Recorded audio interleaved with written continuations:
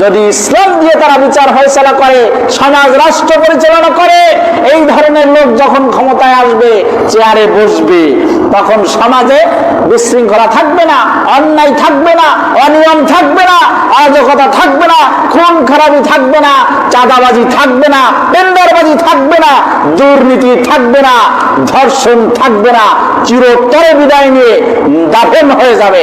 আর তখন আল্লাহ রাব্বুল আলামিন আসমানের রহমতের দরজা, সব বরকতের দরজা খুলে দিবেন, আর আপনি আমি সেই বরকত উপভোগ করতে পারবো। রাসূল করিম সাল্লাল্লাহু আলাইহি সাল্লামের যুগে বনু মাখজুম গোত্রের এক ধনাঢ্য মহিলা, প্রভাবশালী মহিলা চুরি করেছে।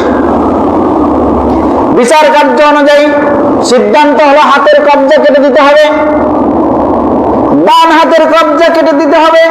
সিদ্ধান্ত হলো আল্লাহর রাসূলের কাছে সাহাবায়ে কেরামরা বললেন, ওহে আল্লাহর রাসূল, তিনি তো বনু মাখজুম গোত্রের সম্ভ্রান্ত পরিবারের, ধনাঢ্য পরিবারের একজন সম্মানিতা মহিলা, তার হাতটি না কাটলেও তো হয়, দেখেন কোন কায়দায় রোকসুক করা যায় কিনা। আল্লাহর রাসূল ধমক দিয়ে বললেন, ও আমার সাহাবীরা, তোমরা তো বনু মাখজুম গোত্রের ধনাঢ্য সম্ভ্রান্ত পরিবারের মেয়ে, বিদায় তার জন্য সুপারিশ করতেছ। ও আমার সাথীরা, ও আমার সাহাবীরা, তোমরা শুনে রাখো, এই বনু মাখজুম গোত্রের নয়, ওই চুরিকৃত ব্যক্তি, অভিযুক্ত ব্যক্তি যদি অন্য কেউ নয়, আমার মেয়ে ফাতিমাও যদি হতো, তারপরেও আমি এই বিচার থেকে রোকসুদ করতে পারতাম না। এর নাম বিচার, এর নাম ইসলাম, এর নাম নীতি, এর নাম ন্যায় বিচার। আল্লাহ তাই বললেন, বিচার করতে গিয়ে, কোরআনের বিধান চালু করতে গিয়ে তোমাদের যেন কোনো ভালোবাসা, মহব্বত, দরদ পয়দা না হয়। আর এটা তখনই সম্ভব যখনই আপনার আমার রাষ্ট্র, আপনার আমার দেশ চলবে এই ছোট্ট একটি প্রসপেক্টাস দিয়ে। তাহলে বিচার ফয়সালা সব কিছু যখন কোরআনের থিওরি অনুযায়ী হবে, সমাজে চুরি, ধর্ষণ, রাহাজানি, খুন খারাপি, অশ্লীলতা, বেহায়াপনা একেবারে বিদায় হয়ে যাবে। সমাজ শান্তি আর শান্তি, সমাজে শান্তি, সংসারে শান্তি, দেশে শান্তি। আল্লাহ রাব্বুল আলামিন বরকত আর রহমত দিয়ে, দেশে ফসলাদি দিয়ে পরিপূর্ণ করে দিবেন।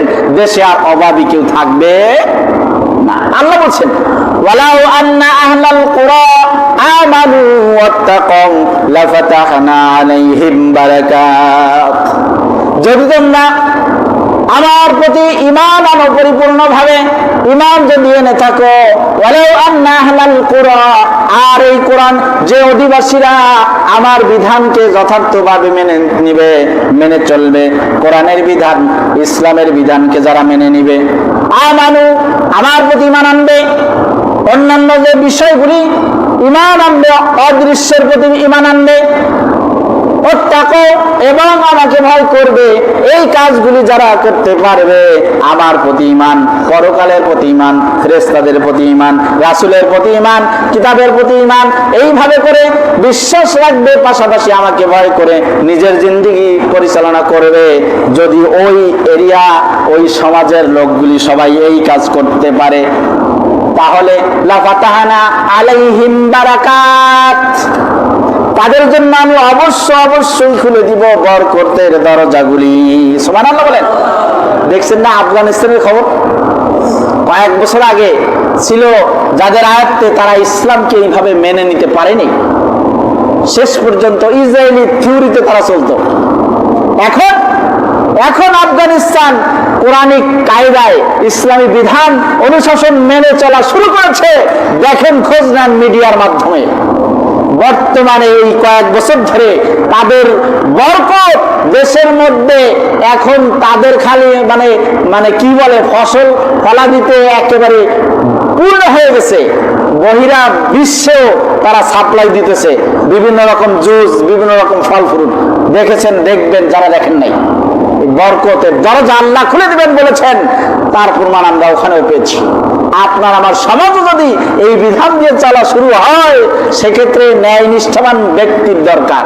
আমাদের সিদ্ধান্ত নিতে হবে, ন্যায় নিষ্ঠাবান ব্যক্তিকে আমাদের সিলেক্ট করতে হবে, তাদেরকে ক্ষমতার আসনে বসানোর চেষ্টা করতে হবে। যদি বসে যায়, যদি ইসলাম দিয়ে তারা বিচার ফয়সালা করে, সমাজ রাষ্ট্র পরিচালনা করে, এই ধরনের লোক যখন ক্ষমতায় আসবে, চেয়ারে বসবে, তখন সমাজে বিশৃঙ্খলা থাকবে না, অন্যায় থাকবে না, অনিয়ম থাকবে না, অরাজকতা থাকবে না, খুন খারাপি থাকবে না, চাঁদাবাজি থাকবে না, টেন্ডারবাজি থাকবে না, দুর্নীতি থাকবে না, ধর্ষণ থাকবে না, চিরতরে বিদায় নিয়ে দাফন হয়ে যাবে।